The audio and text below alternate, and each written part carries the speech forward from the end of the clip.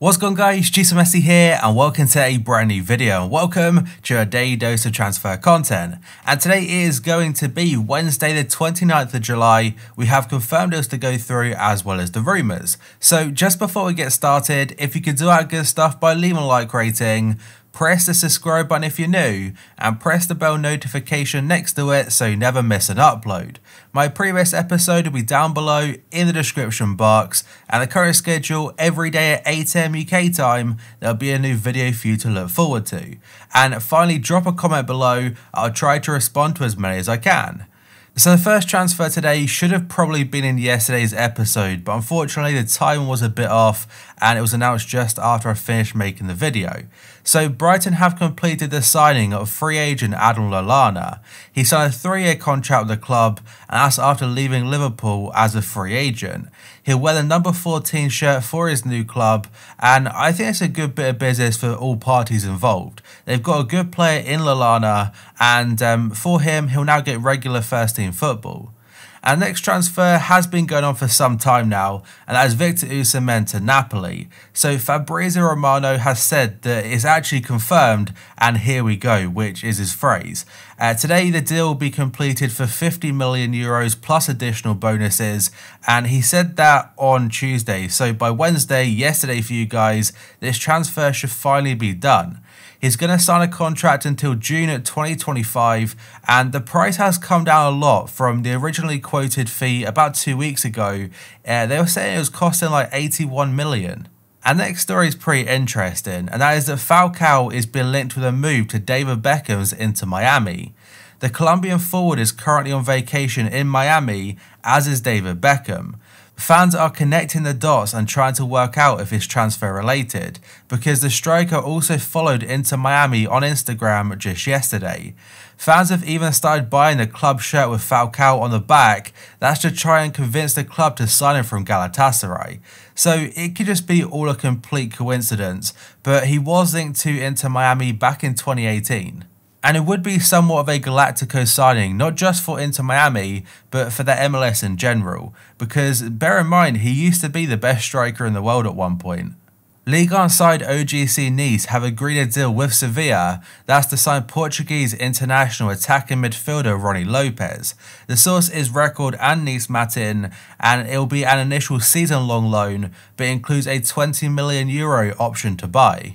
Fenerbahce are considering making an offer for Eljuro Elia, and this is according to Voetbal International. The Dutch international is in Turkey playing for Istanbul Başakşehir, but he has been linked for a move back to his homeland, to FC Groningen. Fenerbahce, however, they're trying to convince him to stay in the Super League with an offer this summer. Lille are interested in a deal for 19-year-old attacking midfielder Angel Gomez. He would join from Manchester United on a free transfer, that's if an agreement is reached, and the source is going to be RMC. They do face competition though from a couple of clubs in Spain, and he is now a free agent after leaving Old Trafford.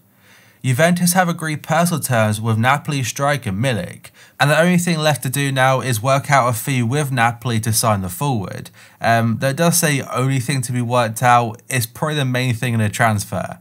The old lady though are looking for an attacker to boost their squad with Cristiano Ronaldo and Higuain in the later stages of their careers.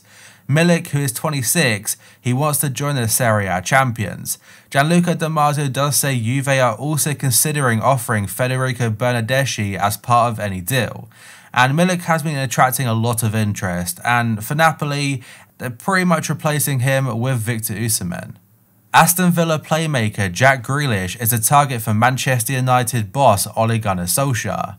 But the 24-year-old England midfielder has been told that if he does make the move, he might not be able to start every single week. And that story is from The Independent.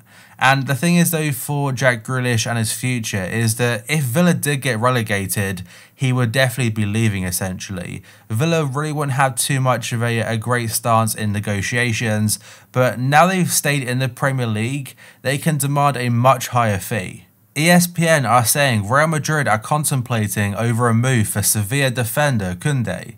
The 21-year-old Frenchman has impressed in La Liga, and the Los Blancos are now ready to buy into his obvious potential.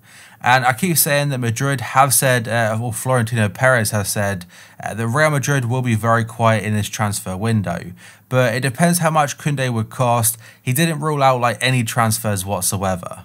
La Liga side Real Betis want Manchester City and Argentina defender Nicolas Otamendi.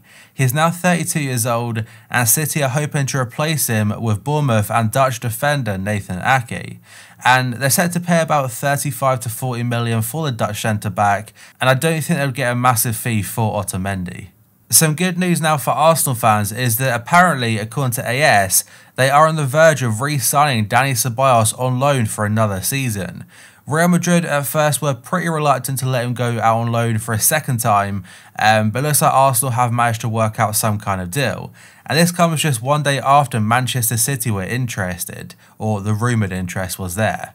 Chelsea are expecting Willian to join Arsenal on a free transfer at the end of the season, and this story is from The Guardian.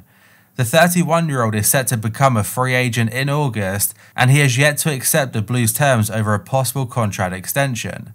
Chelsea have offered him a 2-year deal, but he's holding out for a 3-year contract instead, and Arsenal are now poised to swoop in for his signature.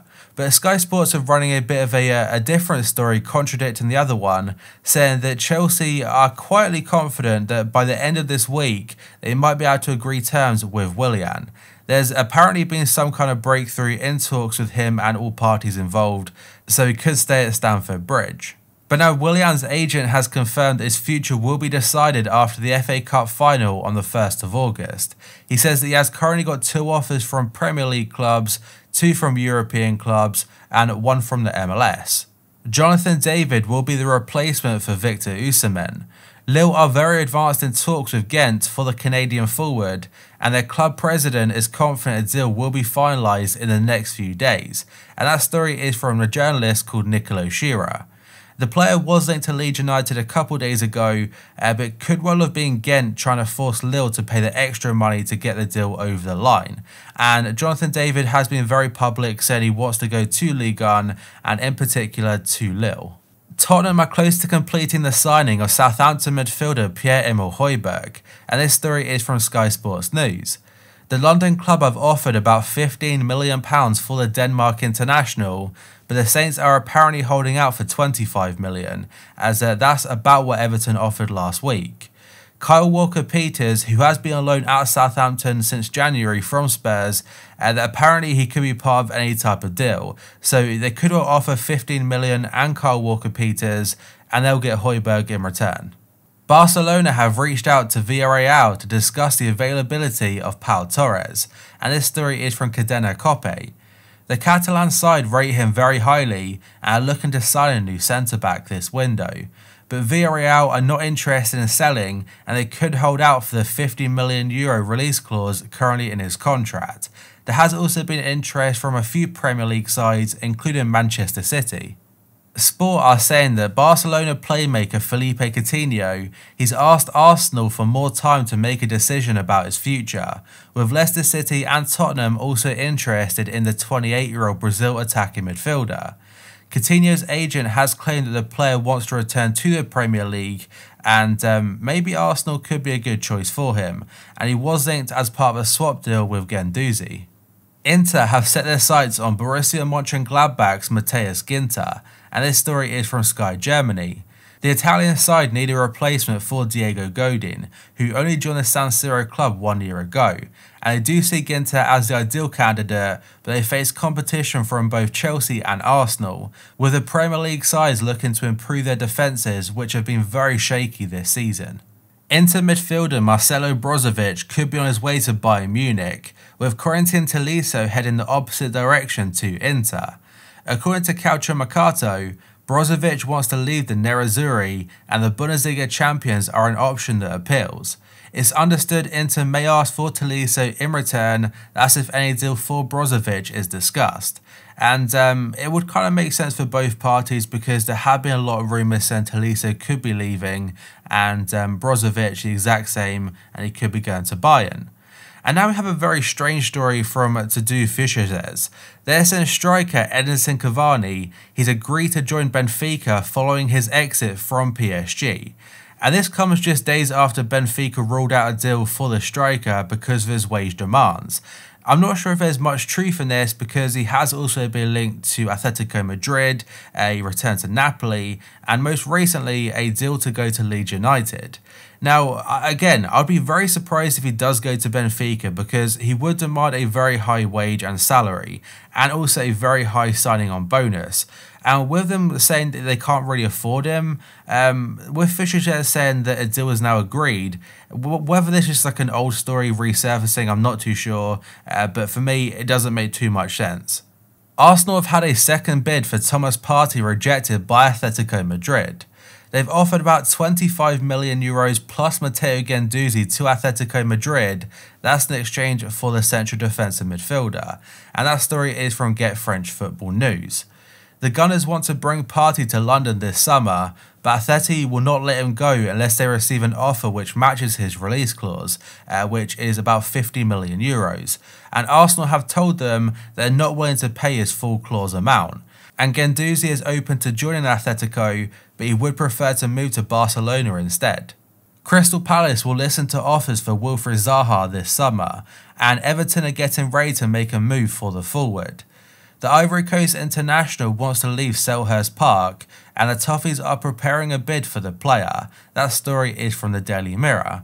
It's also been reported that Palace would be willing to sell him for about £40 million, which is half of what they were demanding this time last year. And now we have a story from Sport. They're saying Arthur is currently absent from Barcelona training without consent. The player has told the club he'll not be returning, and they go on to add that he's told Barca he'll not play for the club again, that's having agreed to join Juventus. He has stayed in Brazil rather than returning to join them for their Champions League squad, so they are without a player, and obviously Pjanic doesn't join until next season. And if there's a story which sums up Barcelona recently, it probably is that. They seem to have lost control on a lot of things regarding the board, and they definitely need a restart sometime soon. But that, guys, is going to be it for this video. So if you could do our good stuff by leaving a like rating, press the subscribe button if you're new, and press the bell notification next to it so you never miss an upload. My previous episode will be down below in the description box, and the current schedule every day at 8 AM UK time, there'll be a new video for you to look forward to. So thank you for watching, I'll see you next time.